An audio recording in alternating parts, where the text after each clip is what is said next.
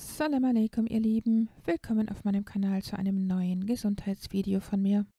Die Bezeichnung der stille Tod hat dem Bluthochdruck dessen heimtückische Eigenschaft beschert, über viele Jahre unbemerkt bleiben zu können und auf diese Weise unbehandelt das Herz-Kreislauf-System nachhaltig zu schädigen. Der Bluthochdruck gilt aktuell weltweit als Todesursache Nummer 1. Mehr als 400.000 Todesfälle aufgrund von Herz-Kreislauf-Erkrankungen gehen direkt auf das Konto von Bluthochdruck. Eine gewisse Skepsis sei erlaubt, wenn man einerseits die unfassbaren Fortschritte der Schulmedizin registriert, Herzen zu verpflanzen und Säugetiere zu klonen, man sie aber bislang an dem Unterfangen scheitern sieht, ohne entstehende Schäden dauerhaft Blutdruck zu regulieren. Weshalb die Schulmedizin dies nicht beherrscht, liegt, wer hätte es gedacht, an den Milliardengewinnen, die die Pharmaindustrie mit ihren Medikamenten dagegen erwirtschaftet. Viele der Bluthochdruck-Betroffenen sind sich dessen gar nicht bewusst, da der Bluthochdruck zu Beginn oftmals keine spürbaren Beschwerden zeigt. Und wenn doch, so wird meist keine ernsthafte Ursache dahinter vermutet. Kopfschmerzen, Schwindel, Ohrensausen, Kurzatmigkeit und allgemeine Schlappheit werden heute schnell den üblichen Stressfolgen zugeschrieben. Nach der tatsächlichen Ursache wird nicht gesucht, doch genau das sollte man tun, denn wenn eine konkrete Diagnose erstellt ist, kann zielbewusst dagegen etwas unternommen werden. Sollte den Beschwerden tatsächlich eine Hypertonie zugrunde liegen, kann der Bluthochdruck meist mit ganzheitlichen Maßnahmen natürlich gesenkt werden. Dadurch werden auch gleichzeitig ein hoher Cholesterinspiegel und hohe Blutzuckerwerte verbessert.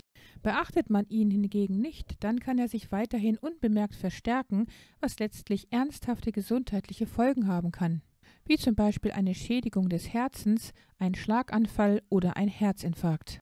Zuerst schaut man, ob eine Niereninsuffizienz zugrunde liegt, denn in dem Fall schütten die Nieren das Hormon Renin aus, um den Blutdruck zu erhöhen, damit die Nieren besser durchblutet werden. Wenn diese Ursache außer Acht gelassen wird, dann könnte der Bluthochdruck selber auf Dauer zu einer Schädigung der Nieren führen. Die Ursachen von Bluthochdruck können folgende sein. Erstens Übersäuerung durch eine ungesunde, kohlenhydratreiche Ernährung aus denaturierter Industrienahrung und mit Schadstoffen belasteten Nahrungsmitteln, zu vielen Genussgiften wie Zucker, Weißmehl, Koffein, Alkohol und Nikotin, kein gutes Trinkwasser, zu wenig Bewegung und Schlaf und zu viel Stress. Ein ständiges Übermaß an Säuren wirkt sich im ganzen Körper aus, so auch auf die Fließeigenschaft des Blutes, deren Blutzellen durch den permanenten Säurekontakt ihre Flexibilität verlieren und versteifen. Infolgedessen verdickt das Blut und der Blutfluss wird vermindert.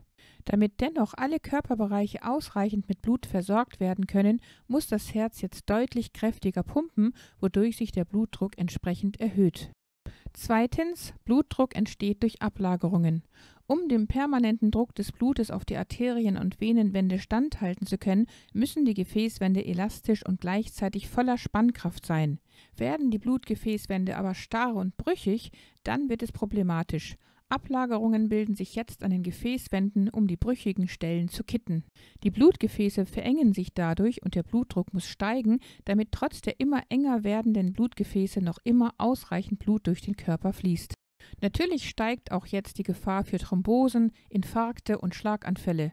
Verschiedene Faktoren können zu dieser kritischen Brüchigkeit der Gefäßwände, den Ablagerungen und damit zu Bluthochdruck beitragen. A. Mangel an B-Vitaminen. Durch einen Mangel an Folsäure, Vitamin B6 und B12 steigt der Homozysteinspiegel. Homozystein ist ein giftiges Stoffwechselabbauprodukt, das normalerweise von den genannten Vitaminen abgebaut wird. Fehlen die Vitamine, bleibt das Homozystein im Blut und führt dort zu oxidativem Stress, zu freien Radikalen. Diese wiederum führen zu chronischen Entzündungen, schädigen die Blutgefäßwände und lassen die Fettsäuren, also die Bestandteile der Blutgefäßwand, oxidieren. B. Oxidativer Stress durch eine ungesunde Ernährung führt zu freien Radikalen, die wiederum die Blutgefäßwand beschädigen. C. Antioxidantienmangel verhindert die Neutralisierung der freien Radikale. Und D. Vitamin D-Mangel führt ebenso zur Brüchigkeit der Gefäßwände. Schaut euch gerne nochmal mein Video zu den 10 Methoden, Arteriosklerose natürlich zu heilen an. Jetzt kommen wir zu der dritten Ursache von Bluthochdruck, und zwar durch Stress und psychische Belastung.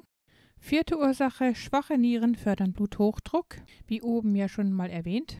Und die fünfte Ursache von Bluthochdruck können hohe Harnsäurewerte sein.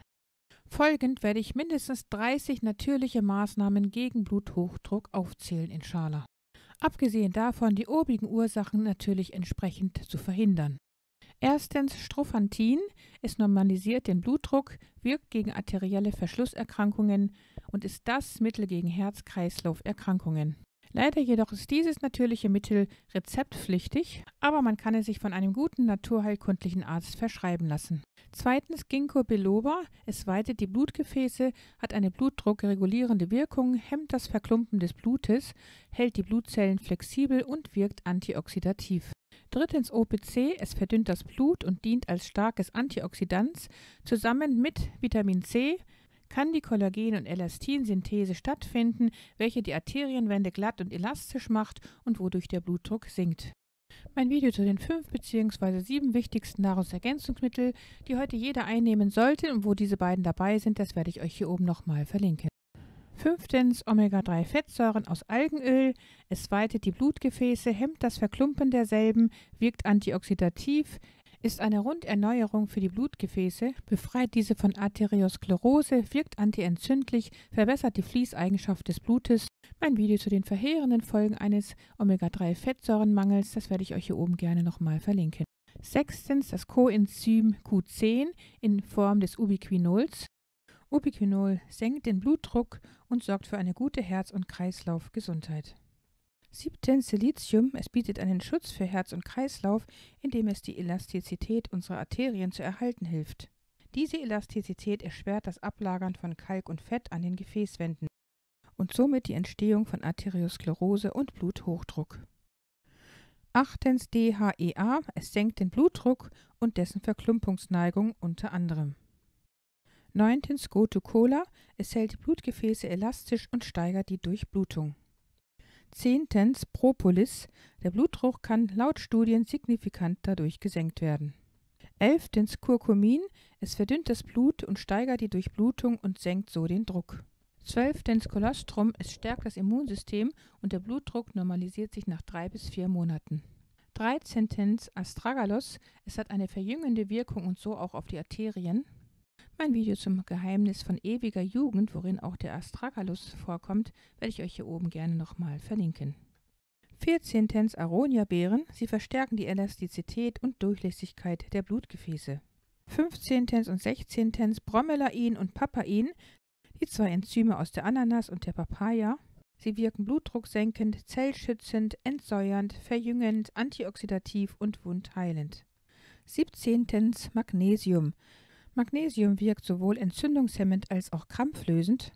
Arteriosklerose geht gleichzeitig mit Entzündungen und auch mit Krämpfen, nämlich der Blutgefäßwand, einher, weshalb Magnesium die Blutgefäßwände schützt und den Blutdruck senkt. 18. Nattokinase ist ein Enzym, welches den Blutdruck senkt und eine Verbesserung des Blutflusses bewirkt.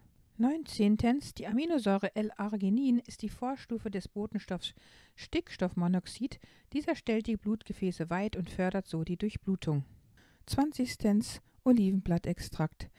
Das Oleuropein darin verbessert die Elastizität der Gefäßwände. Das Blut gelangt wieder besser durch die Gefäße, das Herz muss sich weniger anstrengen und der Blutdruck sinkt. 21. und 22. roher Knoblauch zusammen mit Schwarzkümmelöl. Das Allicin im Knoblauch senkt den Blutdruck und die Gamma-Linolensäure im Schwarzkümmel sorgt für geschmeidige, elastische Zellwände und so für einen gesunden Blutdruck. 23. Ein basisches Bad oder Fußbad entsäuert den Körper, wodurch eine der Ursachen von hohem Blutdruck beseitigt wird. 24. und 25. Probiotika und eine Darmreinigung mit Zeolit, Bentonit und Flohsamenschalenpulver sorgen für einen gesunden Blutdruck, da Patienten mit Bluthochdruck meistens an einer Darmflorastörung leiden. Tägliche regelmäßige Bewegung kann das Risiko für Herz-Kreislauf-Erkrankungen reduzieren und vor allem den Blutdruck in den Griff bekommen. Punkt 27. Das Meiden von Zucker, Weißmehlprodukten, Fertigprodukten und Transfetten beseitigt ebenfalls eine der Ursachen von Bluthochdruck, die Übersäuerung.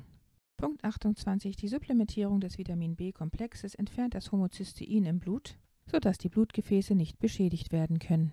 Punkt 29. Das Meiden von Mundspülungen, denn das Chlorhexidin darin schädigt nicht nur die Mundschleimhaut, sondern auch die nützlichen Bakterien, die normalerweise dabei helfen, den Blutdruck auf einem gesunden Level zu halten.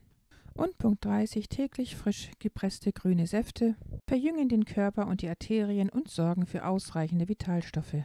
Wie wir sehen, gibt es wirklich sehr viele natürliche Methoden, den Blutdruck in den Griff zu bekommen, ohne dafür auf schädliche Medikamente angewiesen zu sein und um die schädlichen Folgeerkrankungen eines Bluthochdrucks zu vermeiden. Damit hoffe ich, dass euch auch dieses Video wieder von Nutzen sein wird.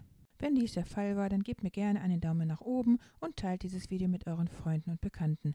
Vergesst auch nicht, das Glockensymbol zu betätigen, damit ihr kein Video in der Zukunft von mir verpasst. Liebste Grüße, Salam Alaikum, eure Mariam.